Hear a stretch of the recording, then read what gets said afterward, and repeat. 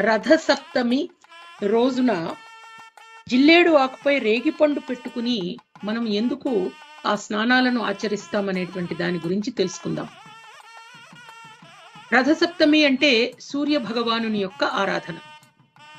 ఆదిదేవ నమస్తుభ్యం ప్రసీద మమ భాస్కర, దివాకర నమస్తుభ్యం ప్రభాకర నమోస్తుతే, సప్తాశ్వరథమారూఢం ప్రచండం కశ్యపాత్మజం శ్వేత పద్మధరం దేవం తం సూర్యం ప్రణమామ్యహం.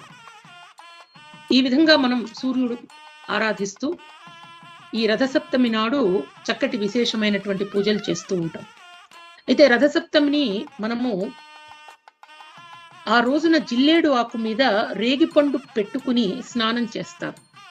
ఎందుకు చేస్తారంటే ఆమ్ల గుణం ఉన్నటువంటి రేగిపండు, జిల్లేడు ఆకు శిరస్సుకు ఎంతో మేలు చేస్తాయట.